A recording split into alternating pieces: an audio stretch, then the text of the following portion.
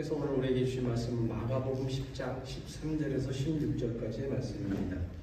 13절에서 16절의 말씀을 우리 한 목소리로 합독하도록 하겠습니다. 사람들이 예수께서 만져주심을 바라고 어린 아이들을 데리고 오매 제자들이 꾸짖거늘 예수께서 보시고 노하시어 이르시되 어린 아이들이 내게 오는 것을 용납하고 금하지 말라. 하나님의 나라가 이런 자의 것이니라. 내가 진실로 너희에게 이르노니 누구든지 하나님의 나라를 어린 아이와 같이 받들지 않는 자는 결단코 그곳에 들어가지 못하리라 하시고 그 어린 아이들을 안고 그들 위에 안수하시고 축복하시니라. 아멘. 오늘은 그 설교의 패턴을 조금 이렇게 방향을 바꿔서 결론부터 여러분들에게 말씀을 드릴 거예요. 우리 오늘 어린이 주간이기 때문에 어린이들하고 같이 다 함께 있는데 그 학생부 그 다음에 어린이부에서 오늘 이제 그 먼저 결론부터 한 15분 정도 말씀을 어린이들하고 같이 들을 수 있는 결론을 말씀드리고 어린이들이 이제 다 빠지고 나면 그 다음에 이제 어른들에 대한 메시지가 그 다음에 연결을 하겠습니다.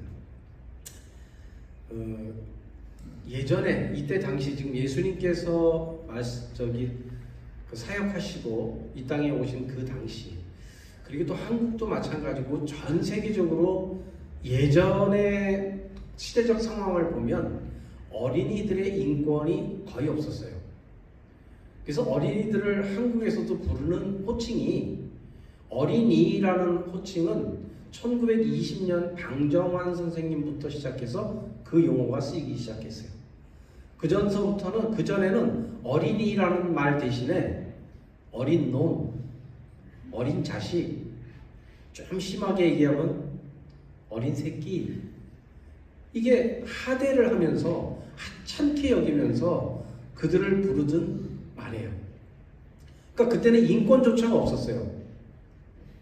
근데 그게 한국뿐만 그런 것이 아니라 유대 사회도 그렇고 그 유럽에서도 그랬어요. 그래서 유럽의 산업혁명이 일어날 때쯤 돼 보면 그 공장에서 노동 인력이 대부분 어린 아이들이 노동 인력으로 일을 했습니다. 굉장히 착취의 대상이었었어요. 그리고 성경에서도 나오지만 어린 아이들은 인권이 없는 정도가 그 숫자를 셀 때 숫자에도 들어가지는 않아요. 어린아이는 그냥 하나의 인격체로 보지 않는. 그리고 이 어린아이들에 대한 어떤 사망률이 굉장히 높았습니다. 그래서 영아 사망률서부터 어린 나이에 사망하는, 그래서 아이를 많이 낳는데 그 아이들이 생존해서 살아가는 게 좀 적었다고 봐요. 이런 시대적 상황을 배경으로 해서 오늘 이제 이 예수님과 제자들 그리고 어떤 사람들 이렇게 같이 대화를 하면서 그 안에 하나님께서 주시는 메시지가 있다는 겁니다. 그러니까 어린 아이에 대한 특별함에 대해서 오늘 예수님께서 언급을 하세요. 그 특별함이 무엇이 있냐면은 우리가 영어 단어를 제가 이제 찾아봤을 때 크게 영어 단어를 보니까 어린이에 대한 어떤 표현하는 게 childish 맞죠? childish. 그 다음에 또 하나는 childlike. 발음이 안 좋습니다. 자, 우리 학생부 친구들은 다 이게 무슨 내용인지 이해가 금방 올 거예요. childish가 무엇을 뜻하는 것이고 childlike는 무엇을 뜻하는 것인지. 한국말로 얘기를 했을 때 좀 유치한 면이 있어요. 아이들에게는. 또 아이들에게는 순수한 면이 있어요. 이 두 개의 어떤 특별한 것으로 좀 크게 좀 대칭이 좀 되는 면이 있죠. 하나는 부정적인 것이고 하나는 긍정적인 것이에요. 그 어린아이는 사랑의 대상이고 너무나 순수한 그 자체예요. 근데 또 하나는 너무나 유치한 면이 있어요. 너무 자기중심적이야. 그리고 그래서 그 차일드시가 쓰여지는 게 뭐예요? 어른이 됐는데도 아직 유아기적인 어떤 그 상황을 벗어나지 못한다면 어린애 같이죠.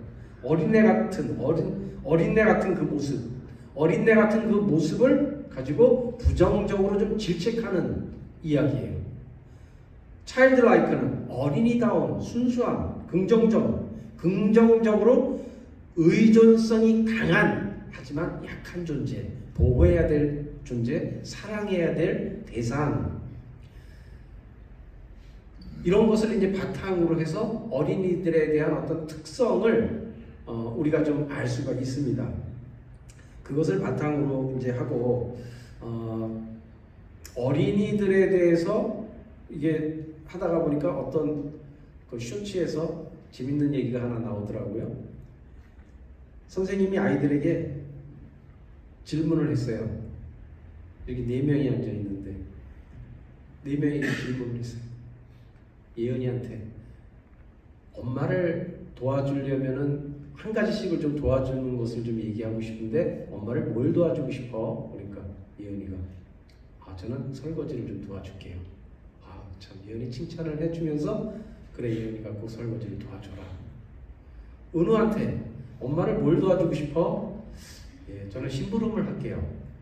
그래 심부름. 그 다음에 해나한테 또 선생님이 질문을 했어.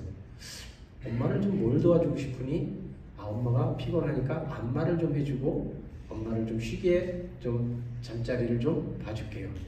다 착한 아이들이야. 이제 마지막으로 이제 은채한테 선생님이 물어봤어.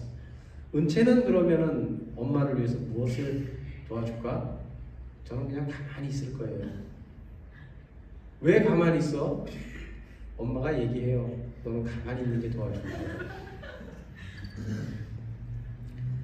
이게 순수성이고 어떻게 보면은 그 어린 아이들에 대해서 표현하는 것이 나타나 있는 것을 표현하더라고요.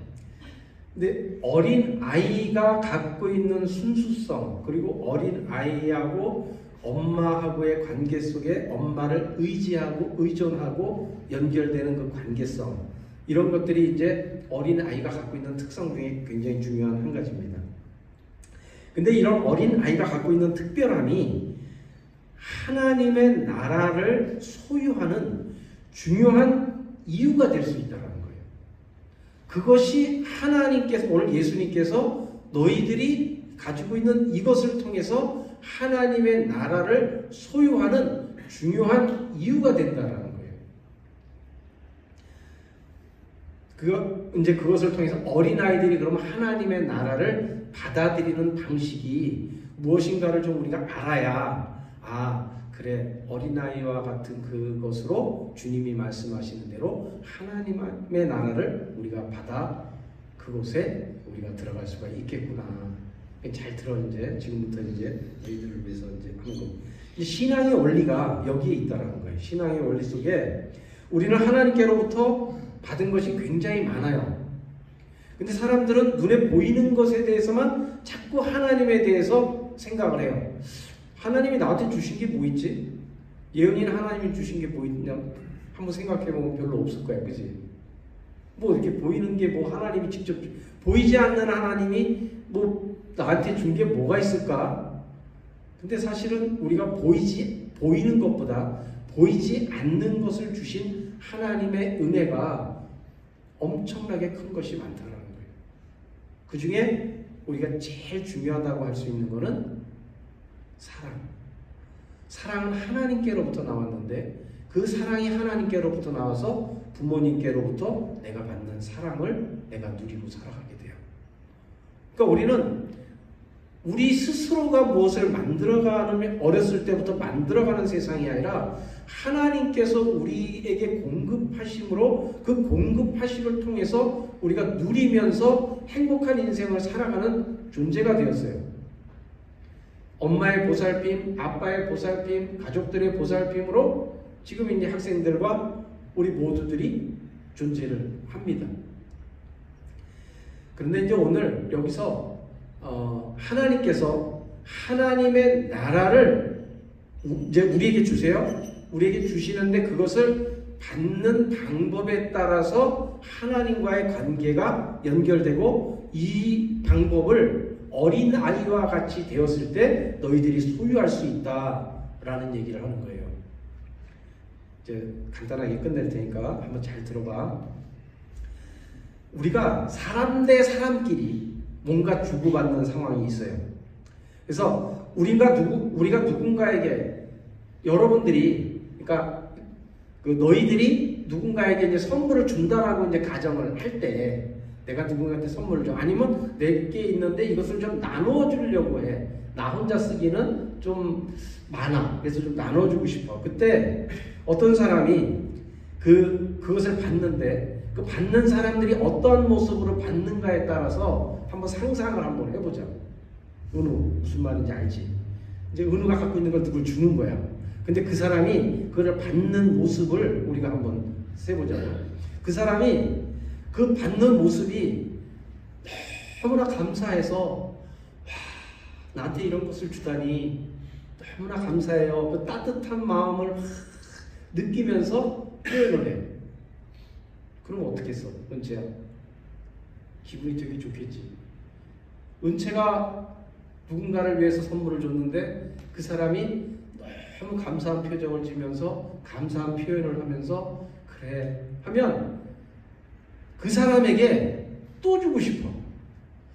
야, 그 기쁨을 저 친구는 내가 그 친구한테 선물을 주니까 그 선물을 받은 친구는 나한테 기쁨을 주네. 와, 저 친구로 인해서 내가 참 기쁘다.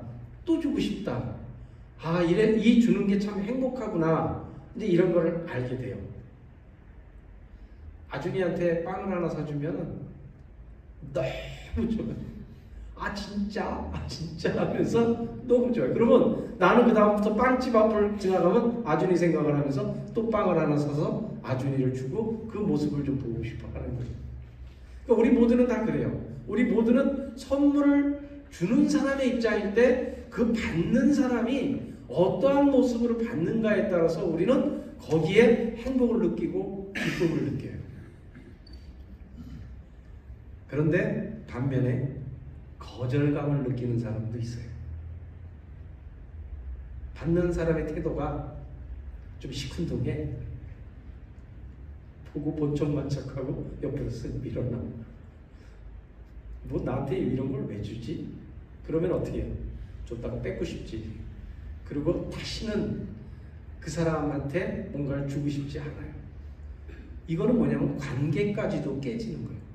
나는 마음을 갖고 이 사람에게 뭔가를 줬는데 그 사람은 거절감으로 나에게 다가오는 거예요. 그럼 관계까지도 거절이 돼요. 또 세 번째 유형의 사람이 있어요. 줬는데 당연하다는 듯이 넙죽받아요. 그리고 뭐 또 없어? 라는 식으로 굉장히 뻔뻔하게 그럼 뭔가 내 안에서도 이게 내가 주는 게 맞나? 이거 그 사람에게 주면서도 뭔가 내 안에는 조금 실망감이 좀 찾아올 수가 있어요. 그러니까 이게 뭐를 뜻하냐면은 어떤 선물을 주는 거에 따라서 그 주는 사람의 입장과 받는 사람의 입장이 연결되었을 때 받는 사람으로 인해서 주는 사람의 기쁨이 있다는 거예요. 또 주고 싶고 또 주고 싶고 그 사람을 위해서 뭔가를 더. 오늘 하나님께서는 우리에게 그것을 말씀하시는 거예요. 내가 하나님의 나라를 소유하고 너희들에게 하나님의 나라를 주고 싶어. 그 하나님의 은혜를 주고 싶어. 하나님의 사랑을 너희들이 느끼게 해주고 싶어. 근데 우리는 하나님이 주시고 싶은 거 주시지 마시고요. 제가 필요한 것을 좀 주세요. 제가 좀 갖고 싶은 것을 주세요. 라는 식으로 하나님 앞에 나간다 하면 하나님과 우리 관계는 좀 쌍막한 관계가 될 수 있어요. 처음에 같이 어떻게 해요? 하나님 감사합니다. 하나님의 은혜가 너무 감사합니다. 하나님 저를 사랑하시는군요. 이 사랑이 저를 너무 감격하게 해요. 너무 감사해요. 라고 한다면 하나님은 그것뿐만 아니라 모든 것을 우리에게 쏟아 부어주시려고 하는 게 하나님이라는 거죠. 우리 모두는 하나님의 은혜 속에서 살지만 그 은혜가 무엇인지를 모르고 살 때가 많아요. 하나님께서는 우리를 자녀 삼아 주시고 우리 삶의 모든 것을 예배를 드릴 수 있고 하나님과의 관계 속에서 살아가게 하는데 그것을 우리는 우리의 생각으로 하나님과의 관계 속에 받는 것을 제한하다 보니까 우리는 자꾸 우리 안에 풍성하게 하나님의 그것을 누리지 못합니다. 사람과 사람의 관계 속에서도 무엇을 주고받을 때 큰 관계에 영향을 주는데, 하물며 우리 인생에 베풀어진 그 하나님의 사랑과 은혜에 대해서 우리는 어떠한 태도를 취하며 받아야 되는가? 그러니까 이제 여러분들이, 학생부 여러분들이 하나님께서 여러분을 엄청 사랑해서 공급해 주시는 걸 한번 찾아봐. 하나님께서 나를 사랑해서 주시는 게 무엇이 있을까? 그것을 하나하나 찾게 된다면 이제 내 안에 큰 기쁨이 있고 그 하나님이 어떠한 분이다라는 것을 점점 알게 될 거예요. 하나님께서 우리에게 뭔가를 제공해주고 뭔가를 줄 때 그것을 우리가 하나님의 그 기쁨으로 받아들이지 않는다면 우리는 우리의 삶 속에서 하나님께서 주시는 것을 누리지 못하고 사는 어리석음 속에서 이게 된다는 거예요. 그러니까 이런 말이 있어요. 바람이 불어요. 근데 바람은 자기 마음대로 불어. 자기가 생각한 대로 바람이 불어. 근데 그 바람을 통해서 내가 배를 띄워서 가려면 내가 돛을 세우고 바람을 맞아서 그 배가 갈 수 있게 해야 된다는 거예요. 부는 것은 바람이지만 그 바람이 나에게 영향을 주고 내가 앞으로 나가기 위해서는 내가 돛을 세워야 되는 거예요. 여러분들에게도 하나님께서는 계속해서 은혜를 베풀고 좋은 것을 주시며 구원으로 이루고 천국을 주시고 이 땅 가운데서도 사랑을 주시고 많은 사람들에게 사랑받는 사람으로 만들어 가시고 있어요. 은채도 하나님께서 사랑하고 그 하나님의 사랑을 통해서 부모님의 사랑을, 친구들의 사랑, 해나도 마찬가지. 하나님께서 해나를 사랑하심으로 부모님이 사랑하고 동생들이 누나, 언니를 사랑하고 친구들이 사랑해주고 은우도 마찬가지예요.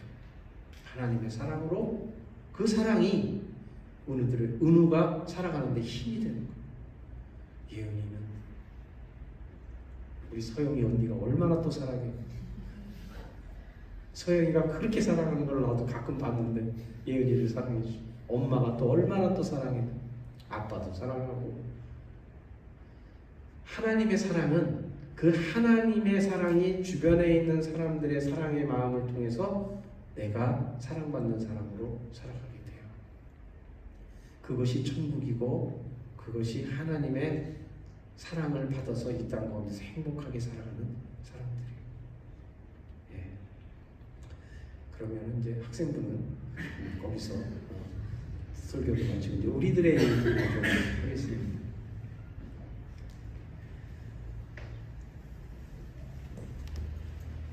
본문을 한번 띄워줘 보세요. 우선 13절의 말씀을 한번 띄워줘 보세요.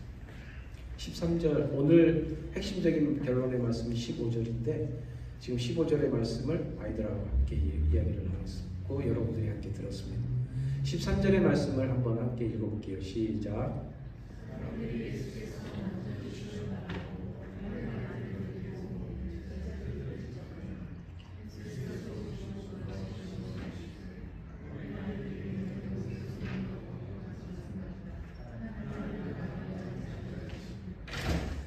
우선 13절을 보면 두 부류의 사람이 나와요. 첫 번째는 사람들이라고 시작해서 예수께서 만져주심을 바라고 어린아이들을 데리고 오매 제자들이 꾸짖거늘. 그러니까 서로 상반되는 두 부류의 사람이 나옵니다.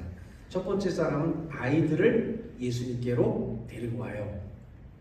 근데 뭐 이렇게 얼핏 보면은 부모님 아니면 그 아이들을 케어하는 뭐 교회로서 지금 뭐 전도사님이나 뭐 아이들을 이제 케어하는 그런 사람인데 뭐 부모님이라고 이제 생각을 우리가 해볼게요.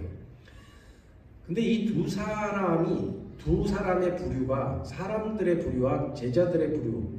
보통 그 성경 속에서 무리와 이름이 없이 무리라고 나오고 제자들이라고 나왔을 때는 무리는 하나님 보시기에 합당한 믿음을 가진 사람들이 아니었었어요. 제자들의 믿음을 하나님께서는 우리가 이제 취해라라는 식으로 메시지를 전달합니다. 근데 오늘은 정반대예요. 저 사람들의 믿음이 대단해요. 저 사람들은 예수님께서도 칭찬하실 만한 믿음을 갖고 있는 사람들이에요. 아니, 사람들이 그냥 예수님께 어린아이 데리고 왔는데 뭐가 그렇게 대단합니까? 이때 당시 어린아이들은 되게 천대받고 사회적으로 약자로서 사람들에게 인정받지 못하는 존재들이었었어요. 근데 그 아이들을 예수님께로 데리고 와요. 근데 그 상황이 어떤 상황이었냐면은 예수님께서 지금 예루살렘에서 사역을 하시는데 엄청나게 바빠요. 예수님의 사역의 절정기예요. 이제 십자가를 지시기 얼마 전이에요. 그러니까 많은 소문이 퍼졌어요. 많은 병자들이 막 몰려와요. 그래서 그들이 예수님 앞에 치료해달라고 합니다. 예수님이 손을 얹고 안수해 주시거나 나았다 말 한마디면 낫기 시작해요. 그리고 어떤 사람들은 상실감에, 어떤 사람들은 자신의 문제를 하나님 앞에 내어놓고 이것들을 좀 해결하기를 바래요. 예수님은 그 모든 것들, 인생의 문제에서 가장 중요한 것들을 가지고 나오는 그 사람들을 지금 만나주시고 해결해주시고 하는 과정 속에 있었던 거예요. 제자들도 그 옆에서 예수님을 수발들으면서 예수님의 사역을 돕고 있었던 거죠. 이렇게 굉장히 바쁜 상황이에요. 그런 상황 속에서 지금 한 사람이 어떤 사람들이라고 하니까 그러니까 몇 사람이 아이들을 데리고 쭉 예수님께로 나오는 거예요. 이런 상황 속에서 아이들을 데리고 예수님께 나온다라는 것은 이 사람들이 생각하는 예수님에 대한 인격이 있다는 거예요. 예수님이 어떠한 분이다라는 것을 알고 있는 사람들이에요. 아, 이 예수님은 사랑이 많으신 분이고 이 예수님으로 인해서 전인격적으로 우리의 본성이 그리고 우리가 인격체가 되어질 수 있다라는 믿음을 갖고 있어요. 그러니까 이 어린아이들이 지금 사회적으로 약자로 앞으로 어떤 인생을 살아갈지 모르는 이 어린아이들을 데리고 예수님께로 나가는 겁니다. 그리고 그 예수님께 만져달라는 거죠. 그 예수님께 이 아이들을 축복해 주세요. 이 아이들이 뭐 건강하게 해주세요. 이 아이들이 공부를 잘하게 해주세요. 재물을 많이 버는 사람으로 되게 해주세요. 이런 얘기 안 하죠. 만져달래요. 사랑의 손길을 그 아이에게 좀 비춰달래요. 오직 예수님께서 가지고 계시는 그 본질적인 사랑을 원해요. 예수님의 손에 능력을 구하는 것이 아니라 예수님의 얼굴에 그 사랑을 구하는 이 모습을 봅니다.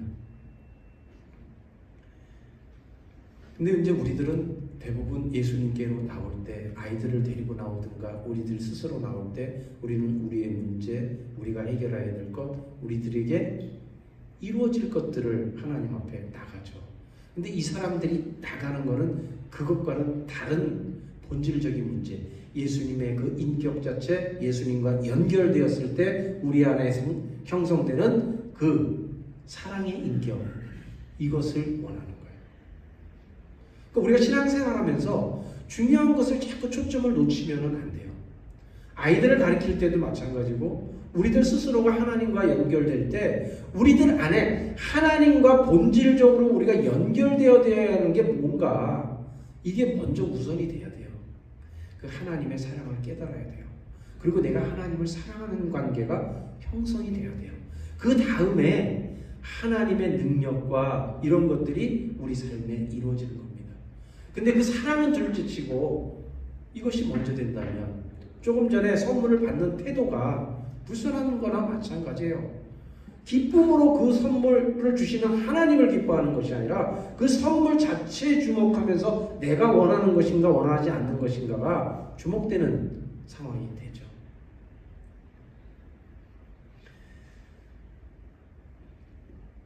우리도 한번 적용을 해서 생각을 해볼게요. 우리는 아이들을 사랑하는데 예수님께로 여러분들이 데리고 오는 역할들을 지금 하십니다. 근데 때로는 우리가 예수님께로 막는 역할을 하고 있지는 않는가? 예수님께로 나가는 아이들을 예수님께로 못 가게 하는 상황이 있을 수 있다는 거예요. 뭐예요? 12학년이 되면 야, 너는 이제 공부를 하는 게 중요하지. 예배는 내년에 드려도 돼. 실질적으로 그 이야기를 제가 골반에서 여러 번 들었어요. 그 이후로 교회를 안 나갔대요. 1년이 아니라 그 이후로 자기가 대학교를 간 다음부터 교회를 안 나갔대요. 그러고 있다가 골반에 왔는데 한국 교회가 있다 그래서 와서 얘기를 하더라고요. 그런 친구들이 의외로 많더라는 거예요. 뭐 통계 조사를 보니까 한국의 중직자 이상에 되는 사람들을 설문조사를 했더니 60몇 프로가 고3일 때는 교회를 안 보낸다라는 것에 체크를 했대요. 우리도 예수님께로 나가는 것을 우리 스스로가 자꾸 면죄부를 주고 예수님께로 나가는 것은 나중에 가고 우선 네가 할 일을 열심히 하는 게 중요해 라는 것이 우리의 생각 속에 있지는 않을까. 또 하나 예수님께로 가는 방법을, 또 가는 아이들을 막는 방법이 또 하나가 있어요. 골반에서 얘기를 하다 보면 신앙생활 열심히 하다가 나중에 신앙생활 안 하는 청년들의 이유 중에 우리 부모님을 보니까 교회 나가면 큰일 날 것 같아요. 신앙생활 저렇게 했는데 저는 저렇게 신앙생활하면 교회 안 나가는 게 훨씬 더 나아요. 오히려 부모님이 자식들에게 보여준 게 예수님으로 가는 길을 막아서는 것을 보여준다는 거예요. 자기의 욕심으로 예수님의 손에 있는 것들 능력만 구하면서 삶에서는 그런 모습들이 안 나타나는 이 모습 속에 우리가 노출되어 있다. 지금 오늘 이 사람들은, 아이들을 데리고 온 이 사람들은 순수하게 그 아이들의 정체성 속에 예수님의 사랑을 심어주고 그 아이들이 예수님으로 인해서 인격체가, 살아가는 인격체가 되기를 바라는 마음으로 나오는 거예요. 두 번째 사람들에 대해서 한번 볼게요. 제자들의 반응입니다. 제자들의 믿음입니다. 사람들이 예수께서 만져주심을 바라고 어린 아이들을 데리고 오는데 제자들이 꾸짖건을 하는데, 이 꾸짖 것는다라는 것. 제자들의 모습은 복음서에서 제대로 이렇게 좀 안 좋은 모습들이 많이 나오죠. 예수님께서 가르쳐 주십니다.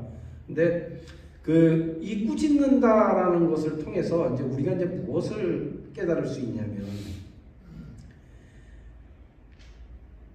이 제자들은 자기들이 생각하는 게 자기들만큼 예수님에 대해서 잘 아는 사람은 없다라고 생각할 거예요. 같이 먹고 자고 같이 다니면서 예수님의 사역을 도와주고 있어요. 근데 그 잘 안다라는 것을 가지고 사람들을 정죄하고 판단하는 거예요. 지금 예수님께 물어보지도 않아요. 자기들 스스로가 꾸짖어요. 지금 때가 어느 때인데 애들을 데리고 여기로 나타나? 지금 사람들이 저기 있는 게 안 보여? 지금 얼마나 많이 중요한 일을 하는데 예수님도 좀 쉬셔야 되고 지금 어린아이들을 여기를 왜 데리고 와? 따무라는 거예요. 자기가 갖고 있는 생각이 확실해요. 자기가 믿는 믿음이 너무 확실해요. 그래서 이 상황 판단을 자기가 판단을 해버려요. 그리고 결정을 해버려요. 예수님의 생각, 예수님의 계획, 예수님의 뜻은 이 제자들에게 없어요. 자기가 스스로 예수님이 돼버려요. 이게 지금 제자들이 엄청나게 큰 착각 속에서, 오류 속에서 하는 행동이라는 거죠. 이것을 가지고 종교적 신념이라고 합니다. 내가 어떤 갖고 있는 예수님에 대한 신념이 너무 확실해.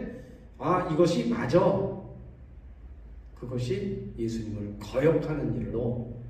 근데 우리들의 삶 속에서도 그런 일이 나타나죠. 신앙생활은 이렇게 해야지. 신앙생활은 이게 맞지. 이거는 해야 되고 이거는 안 해야 되고 하는 것이 나의 생각, 성경의 기준이다 하지만 그것을 내가 해석해서 얘기하는 경우가 많아요. 우리에게도 정죄하고 판단하는 것들이 로마서 3장에 보면 나오죠. 유대인의 죄가 무엇이냐? 그리스도인의 죄가 무엇이냐? 너희들의 생각으로 판단하는, 율법으로 판단하는 그것, 너희들이 아는 그 율법이 너희들을 판단하게 하는 그것이 죄다. 예수님께서 뭐라고 말하셨어요? 간음하는 자는, 살인하는 자는 생각, 음욕만 품어도 가늠하는 거다. 형제를 미워하는 자마다 살인하는 자다. 너희들은 그것을 알지 못하느냐. 진리대로 우리는 생각해야 되는데 판단을 상황대로 자기가 아는 지식으로 모든 것을 판단하다가 보면 문제가 너무 크게 착오를 일으킨다는 얘기입니다. 이것은 심각한 착각입니다. 만약에 제자들이 주님을 존중했다면 제자들은 이렇게 행동하지 않았어요. 주님께 물어봤을 거예요. 겸손한 자세로 물어봤을 겁니다. 주님, 지금 어떤 사람들이 어린아이들을 데리고 왔는데 어떻게 할까요? 근데 자기들이 스스로 주님이 이럴 것이다 라는 생각을 가져버리는 거죠. 예수님께서 말씀하십니다. 14절에 예수께서 보시고 노하시어 하는데 이 노하시어가 성경에 몇 번 안 나와요.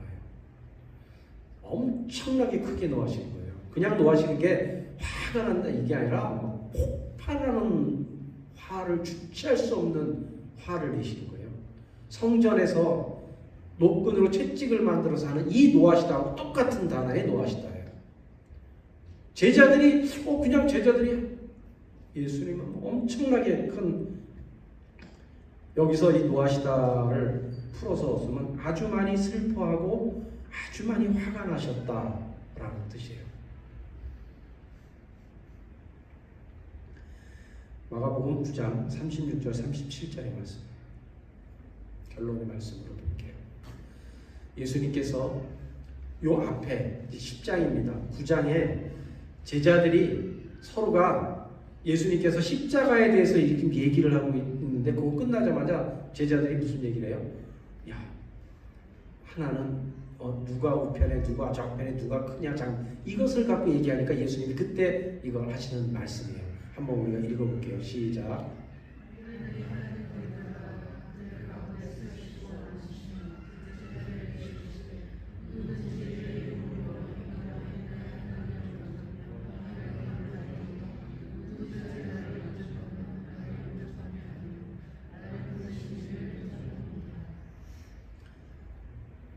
어린아이에 대한 어떤 본문이 마가복음의 이 부분하고 이 뒷부분 이렇게 해서 연결돼서 나옵니다.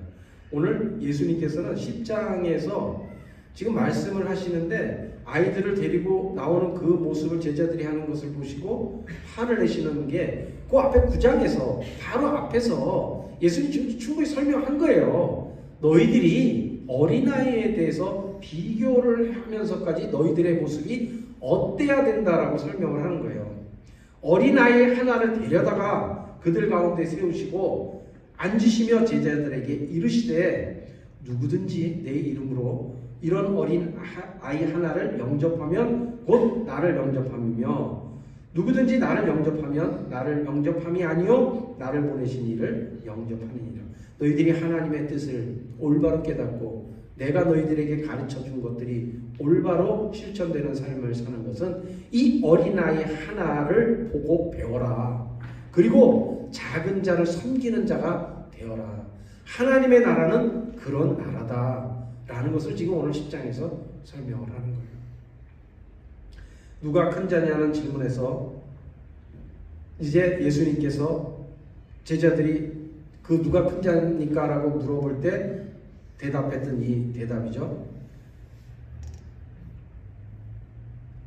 으뜸이 되고자 하는 자에게는 끝이 되어야 하고 섬김을 받고자 하는 자는 섬기는 자가 되어라. 하나님의 나라는 이런 자들의 것이다. 작은 자 하나를 너희들이 섬기며 그 자를 위해서 하나님의 뜻 가운데 살아가면 하나님의 뜻이 거기에 있고 그들이 천국을 소유하는 자가 될 거다라는 거예요. 우리는 신앙생활을 하면서 많은 오류 속에 빠집니다. 그리고 우리는 눈에 보이는 것에 소중한 것에 있다 보니까 보이지 않는 것에 너무 초점을 잃어버릴 때가 많아요. 그리고 하나님과의 관계 속에서도 우리는 우리의 필요와 우리가 누리고 싶은 것들을 우리의 마음으로 생각으로 자꾸 그런 것들을 결정하고 붙잡다 보니까 하나님께서 우리에게 주시는 것들이 우리 눈에는 잘 안 보여요. 느껴지지가 않아요. 여러분들이 인생 속에 행복을 느끼는 것도 있고 고통을 느끼는 것도 있고 많은 힘들고 우겨싸임 속에서 해결해야 될 것들도 있을 겁니다. 하나님께서 먼저 오늘 말씀하시는 것은 관계예요. 하나님이 주시는 그 하나님의 마음을 좀 이해해달라, 깨달아달라. 그리고 사랑의 관계로 서로 연결되기를 바랍니다. 그러고 나면 하나님께서는 그 이후에도 우리의 삶을 책임져 주시고 우리를 하나님의 자녀로 이 땅 가운데 살아가게 만들어 가실 거예요. 우리는 우리 스스로가 쳐서 복종하며 그 길을 가는 것이 아니라 하나님과 연결되어서 우리 안에 있는 이 본질이 하나님의 사랑으로 깨달아지고 내가 어떤 존재라는 것을 자꾸 알아가면서 내가 내려놓을 건 내려놓고 내가 하나님의 뜻에 맞는 삶을 살아가는 것을 자꾸 이제 결심하며 나가는 거예요. 내가 은혜를 쟁취하며 나가는 것이 아니라 하나님께서 나를 만들어 가시는 것을 내가 깨닫고 이해하고 나가는 거예요. 오늘 중요한 말씀인데 하나로 마지막 말씀 전하겠습니다. 15절 말씀 띄워줘 보세요. 내가 진실로 너에게 이르노니 누구든지 하나님의 나라를 어린아이와 같이 받들지 않는 자는 하는데 이 받들지가 오늘 가장 중요한 키워드입니다. 받들지라는 이 말은 좀 어려운 말이 무슨 말에 이해가 받든다는 건 무엇을 받들어 이게 받아들이지예요. 받아들이지를 줄임말이에요. 그래서 이와 같이 받아들이지 않는 자는 결단코 이곳에 들어가지 못하리라 라고 하는데 저 받아들이지라는 말이 그 헬라어에서 수동태라는 중간태라는 말을 써요. 그러니까 여러분들이 이제 전에도 한번 중간태 얘기를 했는데 능동태가 있고 수동태가 있는 건 다 알아요. 우리가 영어도 그렇고 한국말도 있고 능동태, 수동태. 근데 헬라어에는 중간태라는 게 있어요. 이 중간태는 뭐냐면은 능동적으로다가 주는 것, 수동적으로 받는 것 중간에서 능동적으로 받는 거예요. 적극적으로 받는 거예요. 그것을 쟁취하면서 받는 거예요. 하나님이 주시는 것을 온 마음으로 기쁨으로 받는 거예요. 루아가 지금 저쪽에 있는데 루아 같은 경우가 배고플 때 젖을 주면 엄청 적극적으로 받아요. 만약에 안 주면 난리 납니다. 막 하루 종일 막 울어요. 목 쉬도록 그거 달라고 적극적으로 요구하는 거예요. 하나님한테. 근데 이 요구가 내 필요를 요구하는 어떤 그런 게 아니라 저 어린아이의 의존성, 저 어린아이가 갖고 있는 저 의존성을 너희들이 잘 기억하고 하나님이 주시는 것에 대해서 적극적으로 수용하는 자세를 그 어린아이를 보고 배워라 라는 거죠. 그리고 이제 우리는 내가 필요한 것이 아니라 하나님이 주시는 그 하나님의 목적대로 내가 기쁨으로 받는 거예요. 감사합니다. 따뜻한 마음, 그 하나님의 마음, 사랑. 그러면 우리 안에서 일하시는 하나님의 일하심이 먼저 나타나요. 우리 상황 속에서 일어나는 일보다 우리 안에서 일어나는 하나님의 일이 먼저 우리 안에 일어납니다. 믿음의 고백이 일어나고 하나님을 사랑하는 마음이 생기고 그 하나님과 연결되는 마음으로 세상을 이길 수 있는 그런 세상에 어떤 환난이 와도 그 환난을 내가 이길 수 있고 그 환난을 통해서 연단, 인내 이런 과정을 통해서 신앙을 성숙하게 이뤄나가는 거예요. 이 신앙의 원리를 우리가 잘 생각하고 이 마음속에서 우리 마음속에서 이제 이 신앙을 하나님이 주시는 이것을 잘 붙잡고 나갈 수 있는 여러분들